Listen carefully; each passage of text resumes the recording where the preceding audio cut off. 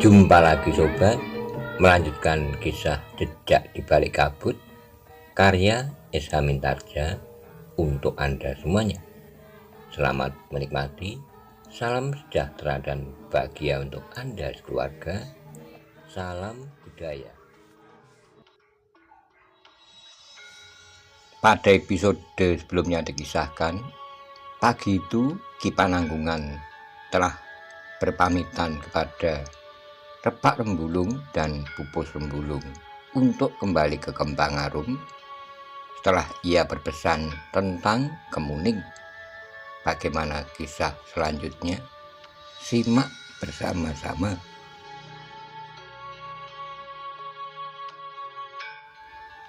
Paman akan mengajak Bibi kemari. Ya, senang sekali dapat bertemu dengan Bibi. Tetapi Nyi Permati menyaut, sebaiknya Kakang tunda saja keinginan Kakang mengajak Mbok Ayu kemari. Kenapa? Bertanya Kemuning. Aku rindu sekali kepada Bibi. Kenapa kau tidak pergi saja ke rumah pamanmu? Jika kau rindu kepada bibimu, kau dapat pergi sekarang bersama-sama pamanmu. Kapan-kapan pamanmu tentu tidak akan keberatan mengantar kau pulang. Ya, bibimu tentu akan senang sekali, Kemuning. Kemuning mengerutkan dahinya dengan ragu-ragu. Ia pun berkata, ayah dan ibu tentu tidak akan mengizinkan aku pergi ke Kembang Arum. Namun Kemuning terkejut ketika ia mendengar Nyi Pupus Rembulung menyaut, kami tidak akan keberatan, Kemuning. Jika kau akan pergi, pergilah. Besok lusa pamanmu akan mengantarmu pulang kemari. Kemuning memandang ayah dan ibunya dengan jantung yang berdebaran. Ia tidak mengira bahwa justru ibunya langsung menyatakan kesediaannya jika ia pergi bersama Ki Pananggungan. Namun Kemuning pun kemudian menjawab, Ibu, aku tidak dapat meninggalkan Bibi Permati sibuk sendiri di dapur. Bukankah aku tidak sendiri, Kemuning? Ada beberapa orang yang membantuku, tapi mereka hanya dapat mencuci mangkok, menunggui nyala api, atau mengambil air dari sumur untuk mengisi jembangan. Tidak apa-apa, Kemuning, jika kau akan pergi, pergilah. Tapi rasa-rasanya aku tidak sampai hati meninggalkan Bibi dan ibu dalam kesibukannya. Tidak apa-apa, sudah aku katakan tidak apa-apa. Tapi aku belum mandi. Aku masih memerlukan waktu yang panjang untuk mandi, mencuci dan berbenah diri. Aku akan menunggumu, Kemuning. Jika kau benar-benar akan pergi menemui bibimu, biarlah aku menunggu. Bahkan seandainya kau akan pergi besok, aku juga akan tetap menunggumu. Tapi Kemuning pun akhirnya menggeleng sambil menjawab, tinggalkan saja aku, Paman. Mungkin kelak aku akan pergi bersama Bibi jika Bibi itu datang kemari. Kenapa kau harus menunggu? Sebaiknya, marilah pergilah sekarang bersamaku. Jika aku pergi ke Kembang Arum, Bibi tentu tidak akan pergi kemari. Sebaiknya kau pergi ke Kembang Arum, besok kau akan diantar oleh Paman dan Bibi. Namun Kemuning pun menggeleng katanya, aku tidak pergi sekarang, Paman. Namun di luar dugaan Kemuning pula bahwa ibunya bertanya, kenapa kau tidak mau pergi sekarang, Kemuning? Bukankah kau sudah pandai berkuda? Pakailah kuda ayahmu yang terbaik jika kau akan pergi ke Kembang Arum. Biarlah aku pergi kapan-kapan saja, Ibu. Ki Pananggungan mengangguk-angguk sambil berkata, baiklah, besok atau lusa aku akan membawa bibimu kemari. Adalah di luar dugaan Kemuning bahwa ibunya akan berkata kepada Ki Pananggungan, maaf Kakang, entahlah kenapa Kemuning sekarang agak sulit untuk menuruti kata-kataku, perintah ayahnya dan nasihat-nasihat Nyi Permati. Ibu, potong Kemuning.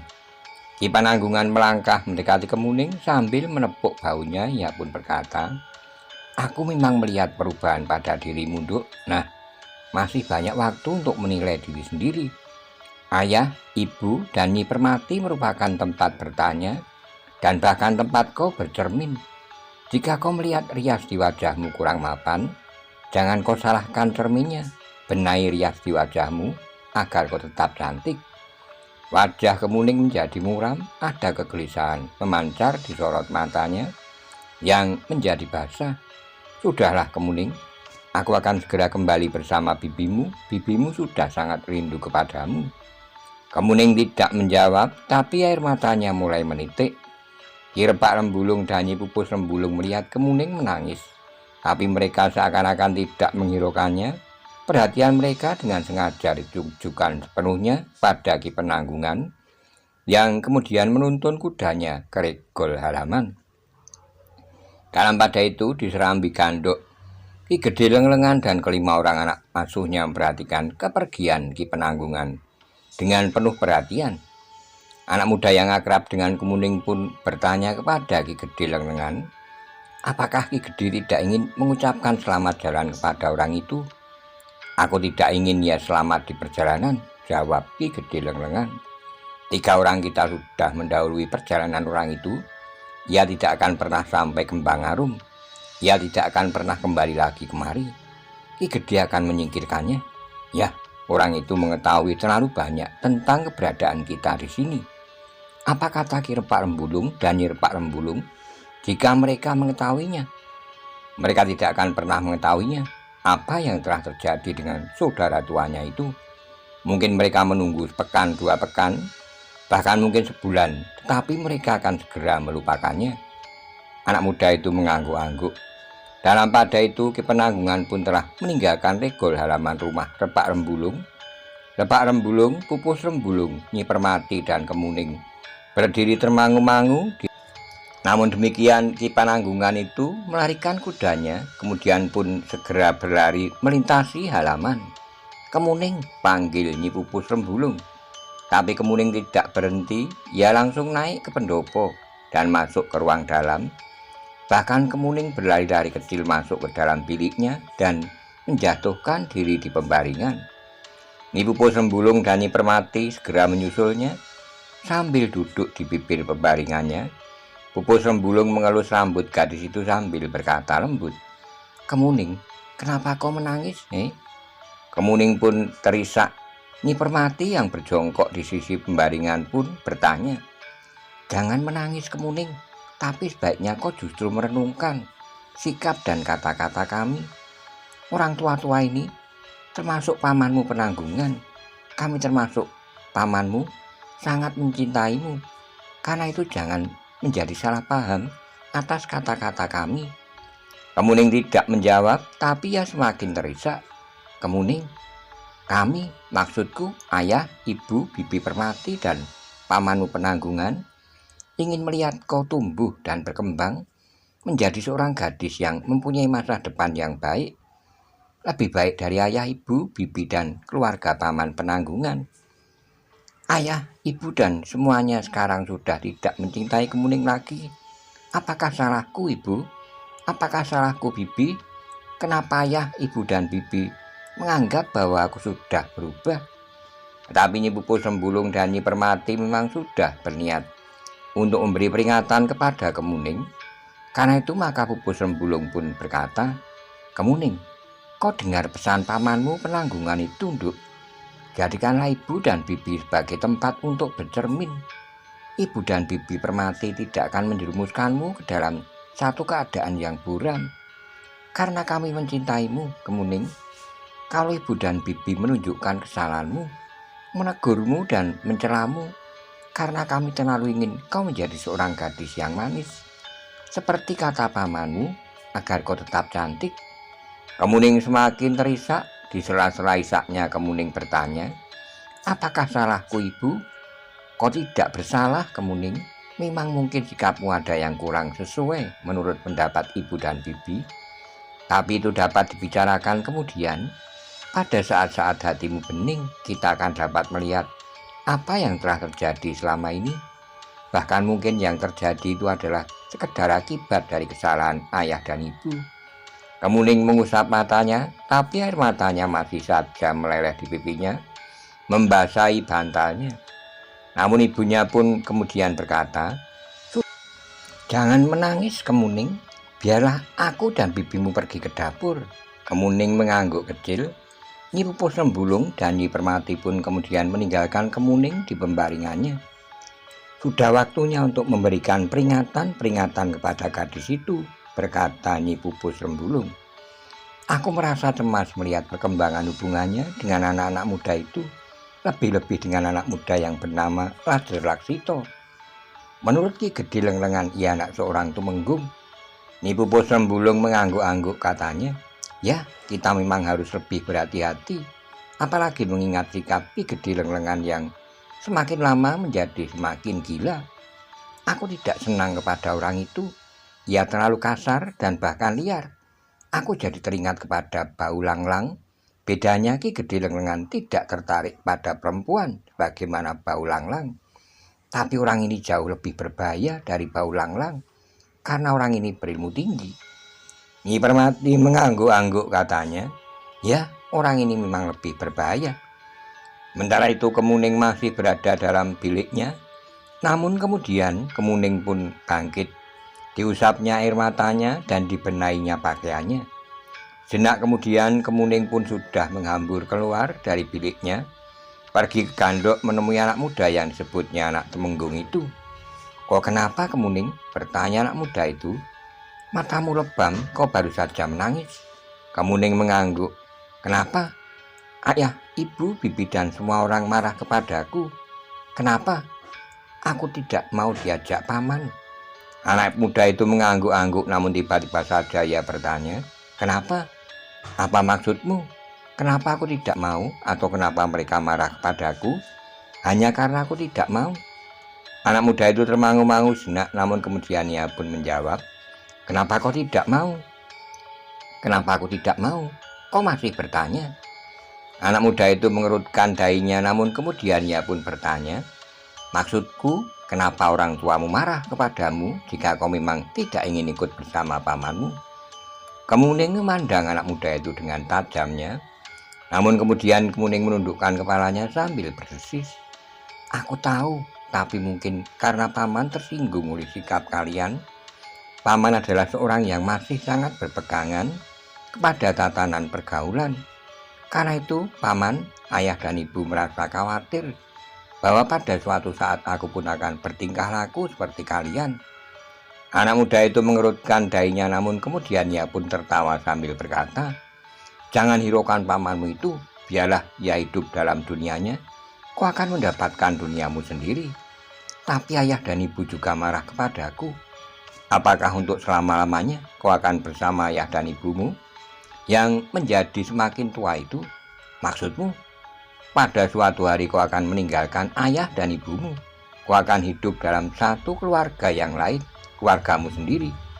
Tapi sekarang aku masih hidup bersama ayah dan ibuku. Kau dapat meninggalkan mereka? Begitu mudahnya. Ayah dan ibu sudah melihara, membesarkan, dan mendidik aku sampai dewasa. Itu sudah kau tidak minta dilahirkannya.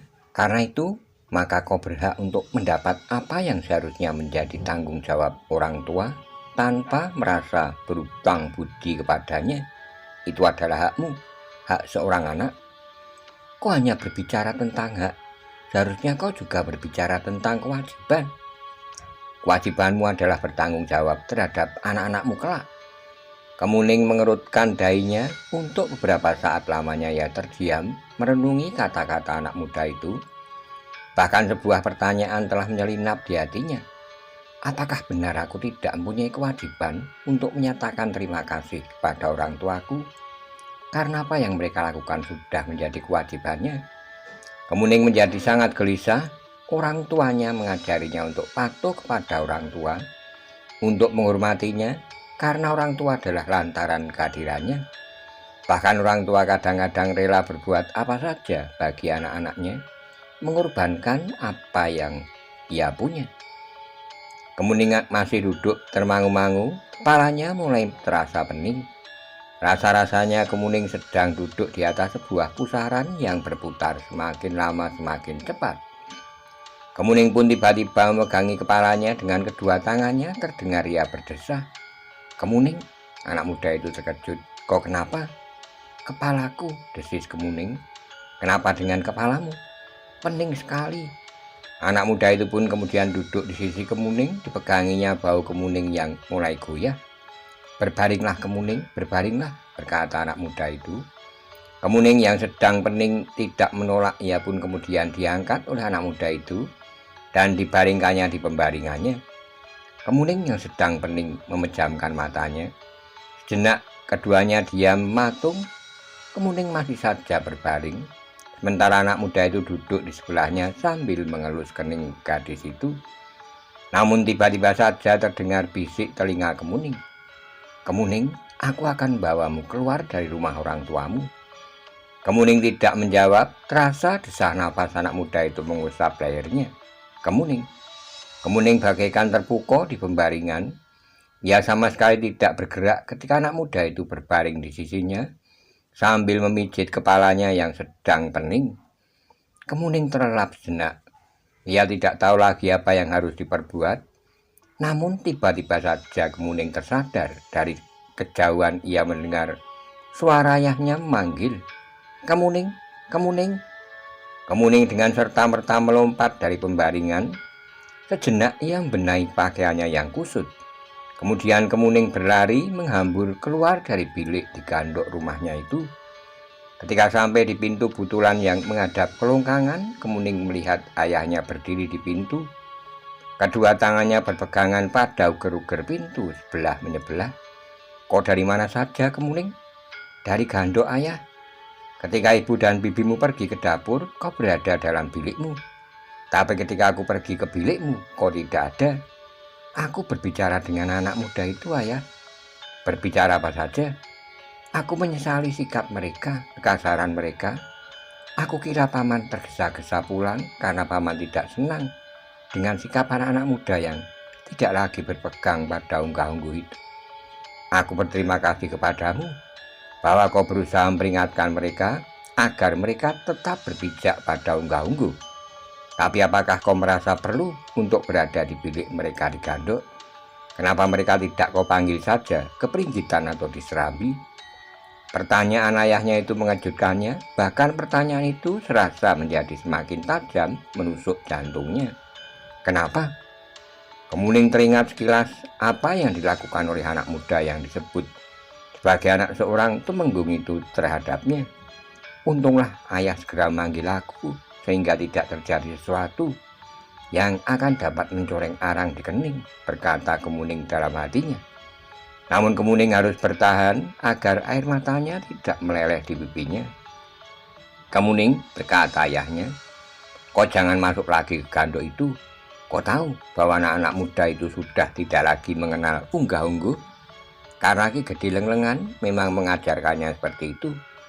Kau adalah anakku. Aku ingin kau tidak dijalari oleh sikap mereka yang tidak lagi mengenal unggah-ungguh."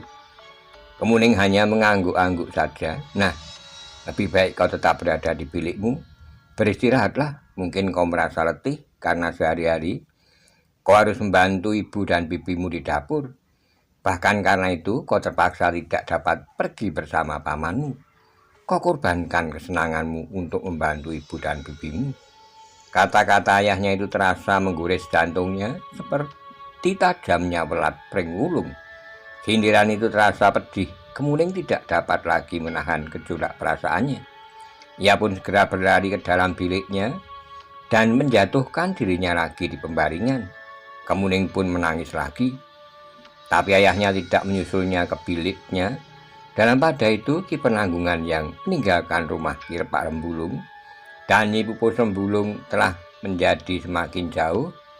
Kudanya berlari tidak terlalu kencang karena Ki Penanggungan merasa di sepanjang jalan. Ki Penanggungan masih sempat mengamati jalan yang panjang membelah kotak-kotak sawah yang nampak subur. Air yang mengalir di parit agaknya cukup melimpah, bahkan di musim kering sekalipun.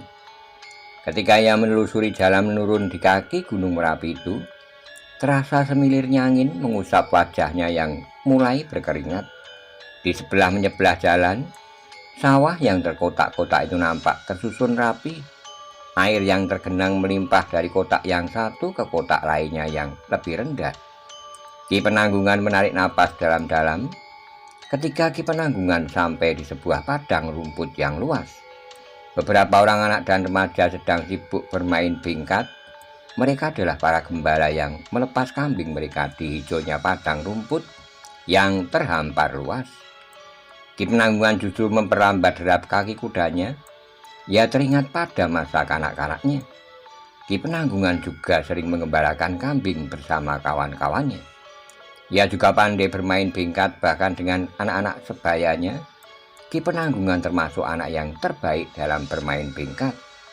Ki Penanggungan tersenyum sendiri, suara burung liar yang berkicau di pepohonan agaknya telah menyentuh perasaannya pula. Ketika Ki Penanggungan kemudian melintasi padang perdu, tidak terlalu jauh dari hutan, ia melihat 3 orang berkuda melewati lorong kecil yang menyilang jalan yang sedang dilaluinya itu. Semula Ki Penanggungan tidak menghiraukannya. Ki Penanggungan lebih dahulu sampai di simpang 4 daripada ketiga orang berkuda itu. Namun kemudian ketiga orang itu pun berkuda searah dengan Ki Penanggungan. Semula Ki Penanggungan memang tidak menghiraukan mereka. Namun semakin lama ketiga orang itu menjadi semakin menarik untuk diperhatikan.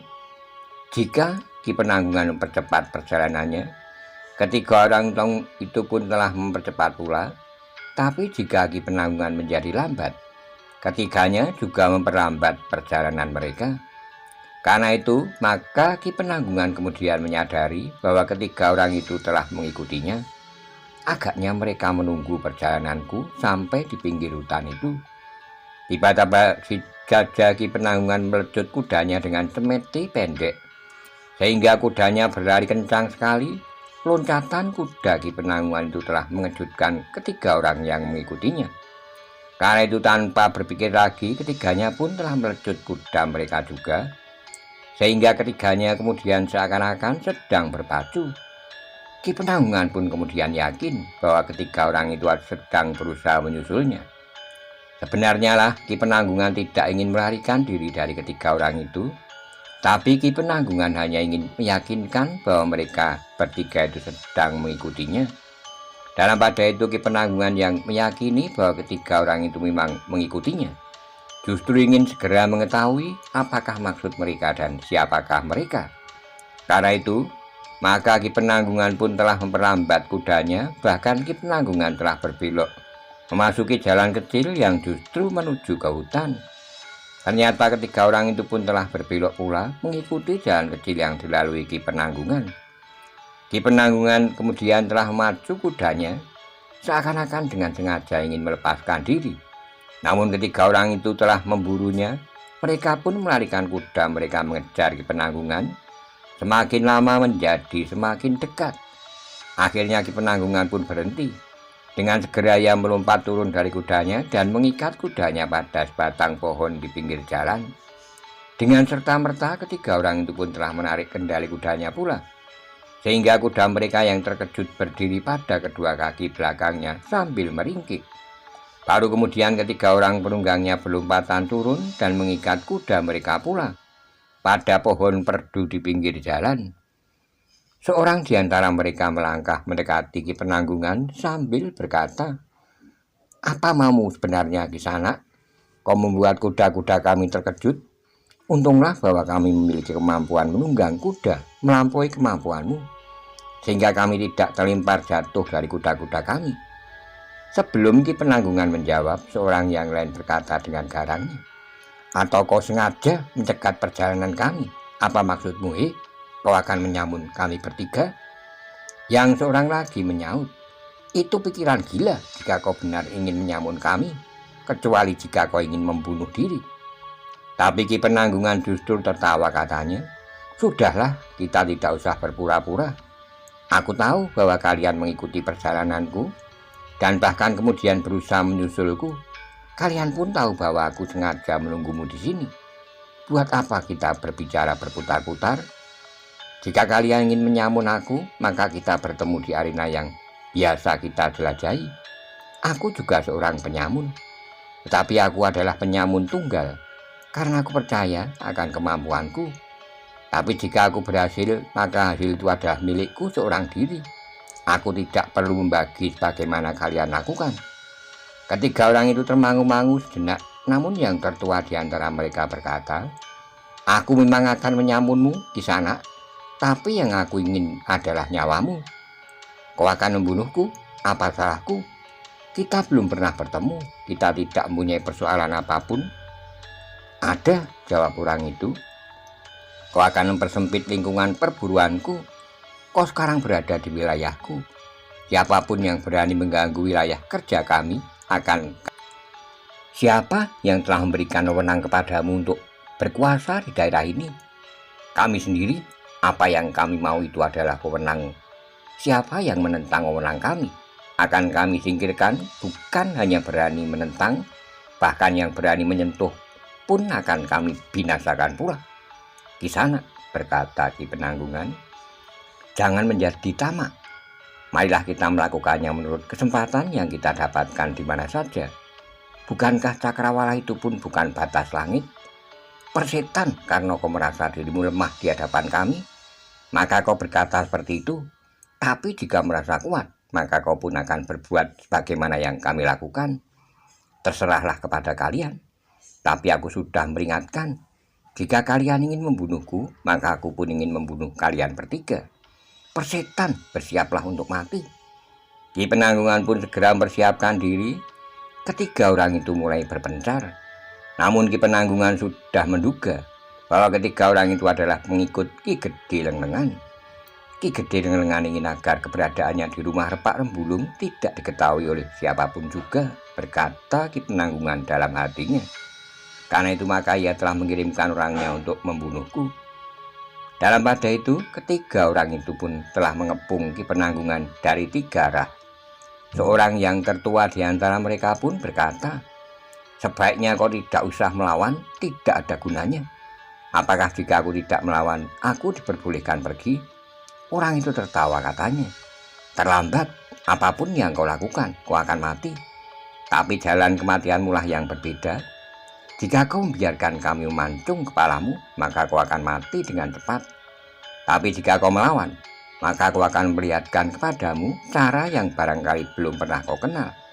Sayang bahwa kau tidak akan pernah dapat mempergunakan cara itu, karena cara itu akan aku terapkan padamu. Kau akan mati dengan penyesalan yang mendalam. Kisana, orang-orang yang melakukan pekerjaan seperti yang kita lakukan tentu sudah bersiap untuk menghadapi kemungkinan seperti itu. Seandainya kalian dapat membunuhku, maka pada suatu saat kalianlah yang akan mati sebagaimana kematian yang menjemputku. Sekarang baliknya, jika aku membunuhmu hari ini, maka pada hari yang lain aku akan dapat saja terbunuh di tengah bulak panjang. Persetan dengan ocehanmu, bersiaplah untuk mati. Ki Penanggungan telah bersiap menghadapi segala kemungkinan. Ketika seorang di antara ketiga orang itu mulai menyerang, Ki Penanggungan dengan cepat bergeser mengelakkan serangan itu. Orang yang menyerang tanpa menyentuh sasaran itu menggeram. Jangan berbangga, kau dapat menghindari seranganku. Aku belum bersungguh-sungguh. Aku tahu, jawab Ki Penanggungan, tapi aku pun belum bersungguh-sungguh.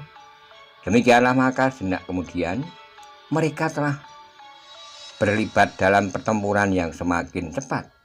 Ketiga orang pengikut Ki Gede Lenglengan menyerang beruntun dari arah yang berbeda.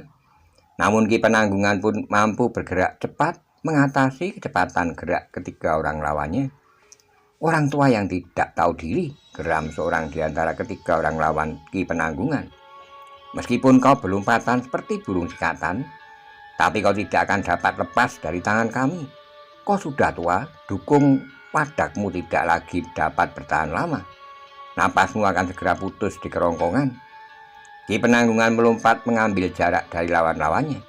Sambil tersenyum ia pun berkata, ya, bertempur sambil berbicara memang dapat membuat napasku tersengal-sengal.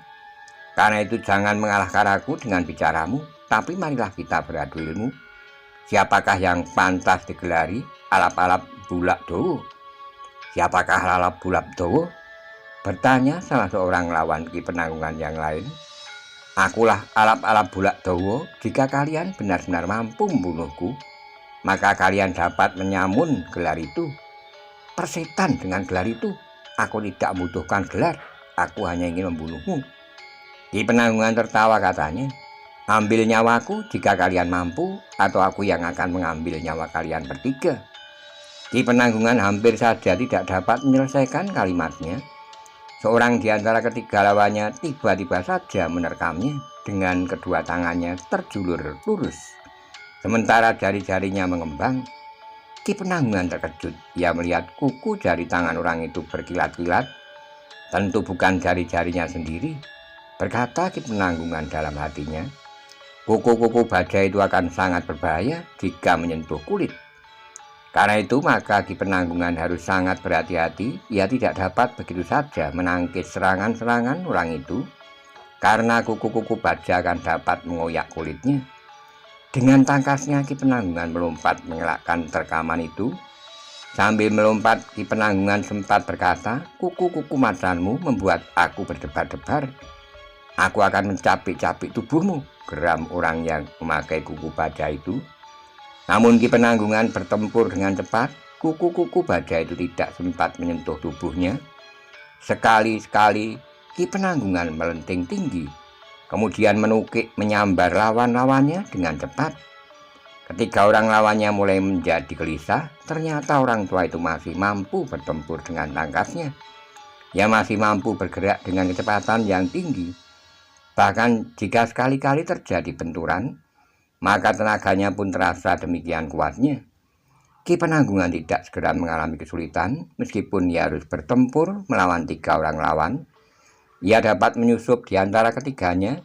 Ia mampu melompat tinggi, keluar dari kepungan, tapi ia pun mampu menggunakan serangan-serangan yang sangat berbahaya untuk mengoyak kedudukan lawan yang mengelilinginya. Bahkan serangan-serangan Ki Penanggungan justru mulai masuki celah-celah pertahanan lawannya. Meskipun sekali-sekali Ki Penanggungan juga tergetar jika serangan lawannya sempat